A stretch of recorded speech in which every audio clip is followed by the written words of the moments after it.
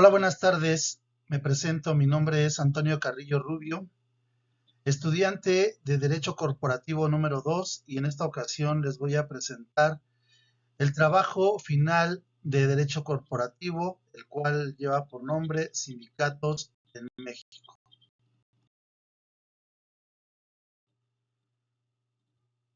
El objetivo de este trabajo es identificar y reconocer las diversas formas de constitución de los sindicatos en México.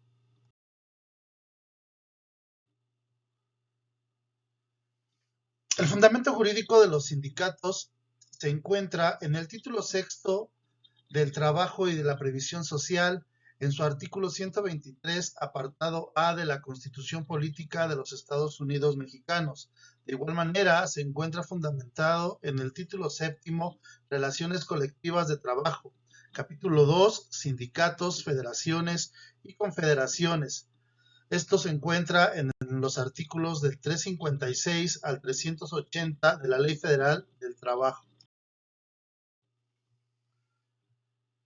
Un sindicato es la asociación de trabajadores o patrones constituidas para el estudio, mejoramiento y defensa de los respectivos intereses de todos aquellos trabajadores o patrones que se reúnen con un fin en común. Muchas veces nos hemos reunido en una determinada empresa, ya sea pública, ya sea privada, para formar un determinado sindicato. Esto atendiendo al espacio o lugar en donde estemos laborando. Existen varios tipos de sindicatos, como lo que puede ser el Sindicato Nacional de Trabajadores del Seguro Social, el de Luz y Fuerza, el de la CROC, el del Sindicato Docente, entre otros. Es importante identificar qué tipo de beneficios son los que nos puede otorgar el sindicato al cual nos podemos unir.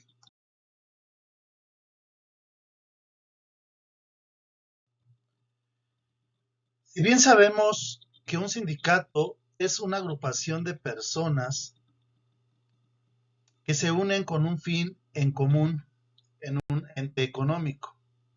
Existen dos tipos de sindicatos, el cual en el primero es formado por todos aquellos trabajadores que forman parte de lo que es un ente económico. Esto se fundamenta en el artículo 360 de la Ley Federal del Trabajo y se integra por todas aquellas personas físicas que están a disposición de un patrón en una determinada jornada de trabajo. Otro tipo de sindicato es sindicato de patrones, que son todas aquellas personas físicas, personas morales, que tienen trabajadores a su cargo. Esto se fundamenta en el artículo 361 de la Ley Federal del Trabajo. Atendiendo a la clasificación de los tipos de sindicatos, el primer sindicato es sindicato de trabajadores. Se clasifican con carácter enunciativo para cada organización de acuerdo a lo siguiente. Tenemos sindicatos gremiales, los cuales son formados por trabajadores de una misma profesión, oficio o especialidad. Tenemos sindicatos de empresas, los cuales se conforman por trabajadores de un mismo ente económico. Tenemos también sindicatos industriales, que son aquellos que están formados por todos aquellos trabajadores de diversas empresas, pero de la misma rama industrial. También tenemos sindicatos nacionales de la industria, los cuales son conformados por trabajadores de una o más empresas de una misma rama industrial, pero con la característica de tener instalaciones en dos o más entidades federativas. Tenemos también sindicatos de oficios, el cual o los cuales son integrados por trabajadores de diversas profesiones, cuando en el municipio o entidad respectiva los trabajadores de una misma profesión son menor a 20.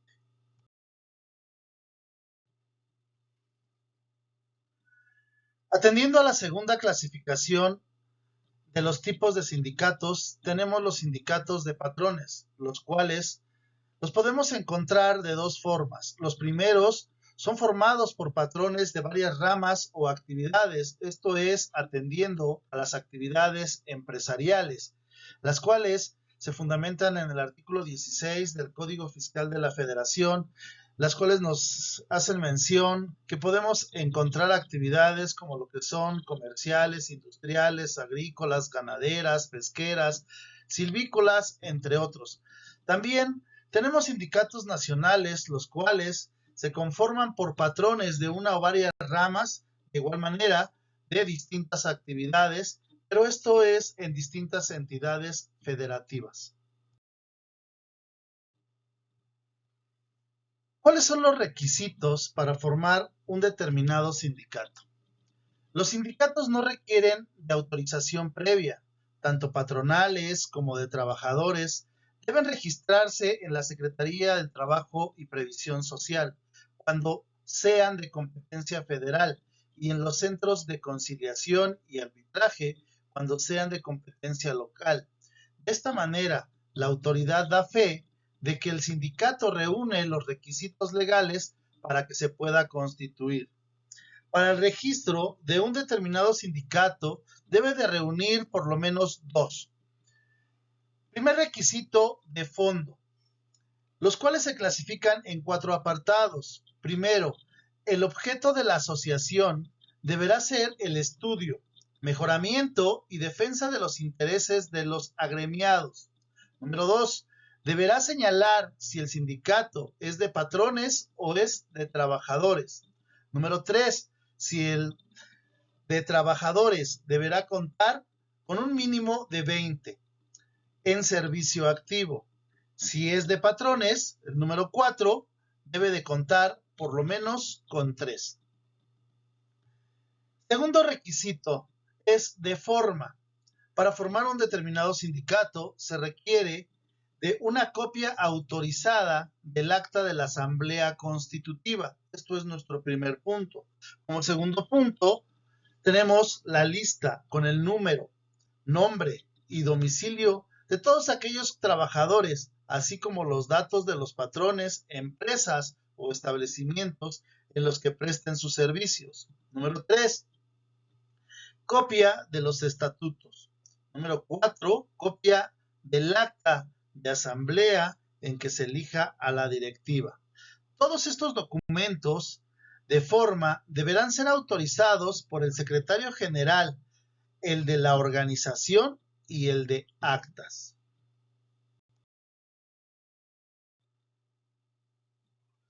El artículo 364 de la Ley Federal del Trabajo establece los principios que debe cumplir todos los sindicatos en México, los cuales se dividen en 11 apartados. El primer principio es el de autonomía, en donde tiene la capacidad de desarrollar actividades, tomar decisiones y actuar en cuestiones relativas de manera independiente. Segundo principio, equidad.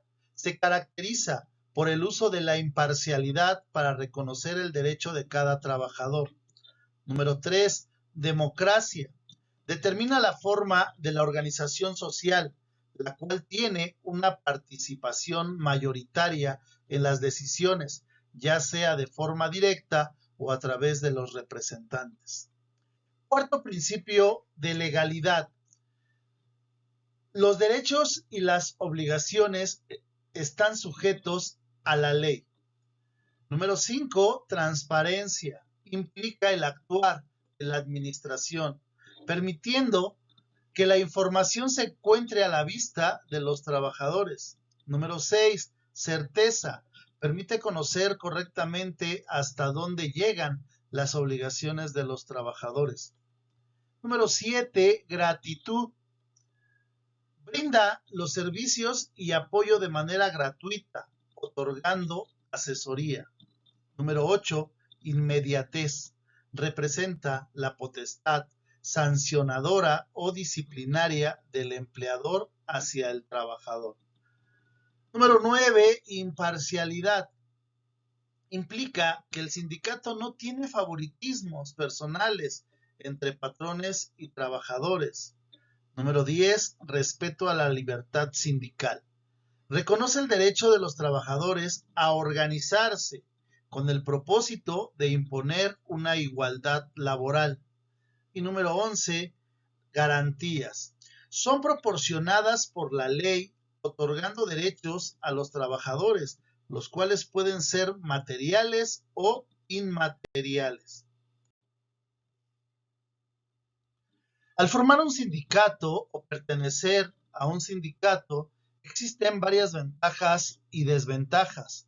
En este caso, vamos a hablar de tres principales ventajas que nos apoyan o nos ayudan a formar parte de lo que es un determinado sindicato. Número 1, mejor comunicación con los trabajadores. En ocasiones, el trabajador no se siente cómodo con las condiciones laborales, por lo que por una u otra circunstancia, al momento de hablar con el sindicato, se puede conocer cuál es la molestia y de qué manera se puede solucionar o se puede estipular dentro del contrato colectivo. Otra ventaja es que el trabajador se encuentra contento. El hecho de haberlos escuchado y haberlos llegado a determinados acuerdos genera que los trabajadores se sientan conformes con las condiciones laborales y que tengan satisfacción en las empresas a las que forman parte y de esta manera hacer mejor las cosas. Una tercera ventaja es mayor productividad. El hecho de que los trabajadores se sientan satisfechos y motivados dentro de una determinada empresa genera que tengan una mayor productividad.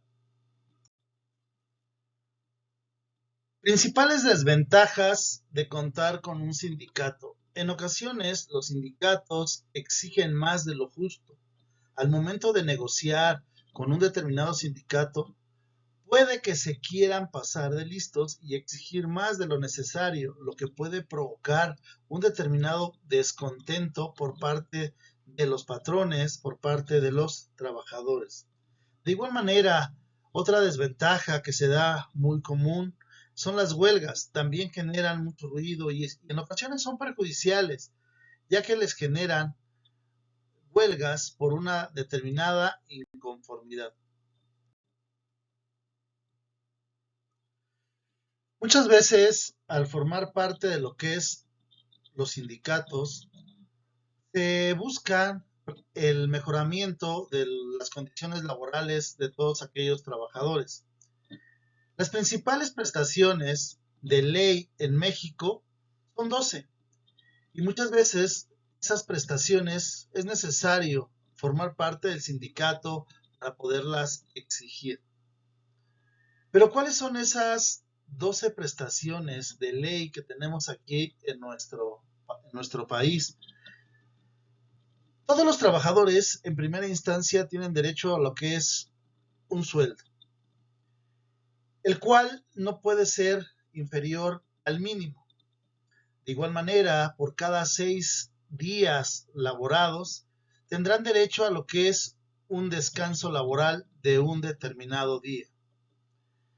Los trabajadores tienen derecho también a participar en las utilidades que tengan las empresas, las cuales son hasta un 10% que serán repartidas en lo que es los trabajadores. Tienen derecho a lo que son vacaciones. Con la reforma que tenemos hoy en día, a partir de este año, todos los trabajadores que tengan un año laboral podrán gozar de lo que son 12 días por cada año. A partir del segundo año se le irán sumando 2 días adicionales.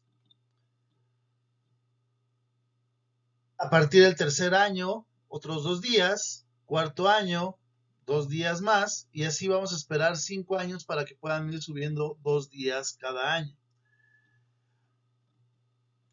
Al tener en cuenta lo que son las vacaciones, también tiene derecho el trabajador a lo que es un 25% de la prima vacacional. Si laborara en domingo, tiene derecho a lo que es una prima dominical. De igual manera, el trabajador, en caso de que sea despedido, también tiene varios derechos. Entre ellos, también se puede considerar lo que es una prima de antigüedad, la cual se considera de 12 días por cada año laborado. Para todas aquellas trabajadoras o futuras mamás, normalmente se les otorga licencia de maternidad 45 días antes y 45 días después. Para los padres de familia, los futuros padres también pueden gozar de lo que es una licencia de paternidad. Esto es de acuerdo al contrato colectivo que tenga la empresa, que puede ser desde 5 días.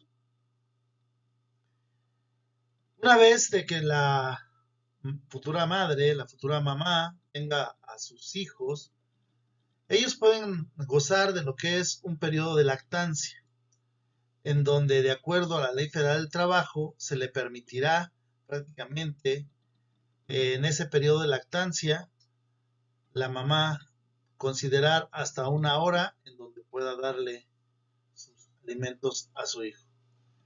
Si en determinado momento el trabajador llegara a renunciar, también tiene derechos en los cuales prácticamente consideramos hasta 3 meses de sueldo en lo que busca o encuentra otro empleo.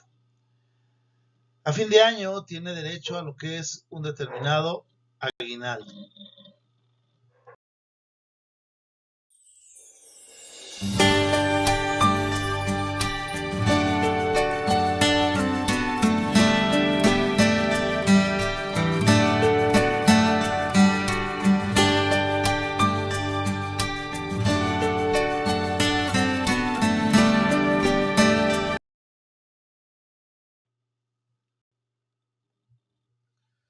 Por su atención, muchas gracias.